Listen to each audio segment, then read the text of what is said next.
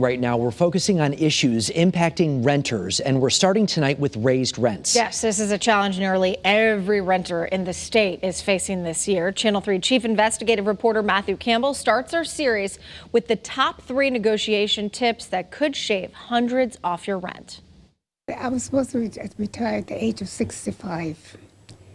When I know things, 65 had gone in and come so fast. Now, Doris Marshall is 82, and she's still working 42 to 45 hours a week. I work for home care. She invited us to her 2-bedroom apartment on New State Road in Manchester that she shares with her cats and granddaughter. This is my baby. All this used to cost $13.50 a month. This year, the rent has gone up by more than 11% to $15.02, and she says she doesn't know why.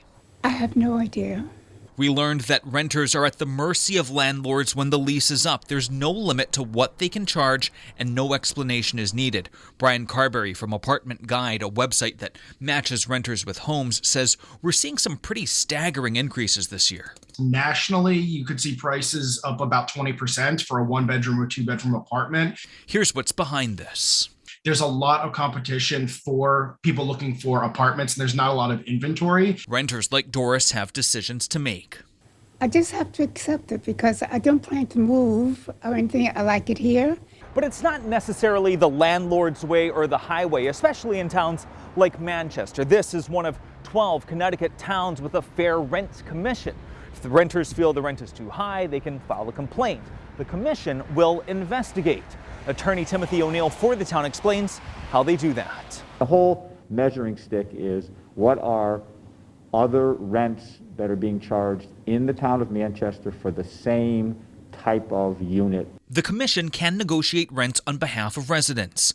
We're able to usually talk the landlord into phasing that in and not doing the entire amount all at once. If they can't get the rent down, they can negotiate improvements. We were able to convince the landlord that, listen, if you want to charge that amount of rent, you really need to get in there and make the repairs that the tenant's complaining about. And they did. Fair rent commissions are not everywhere, so check with your town to see if they have one, because the commissions can only assist residents in their town, but you can still take a page out of their playbook. Do your research and price out comparable apartments in town. If your rent is much higher than the average, you have a solid case to make with your landlord. Carberry says a good tenant can successfully negotiate. A landlord would rather have someone that they aren't going to have problems with.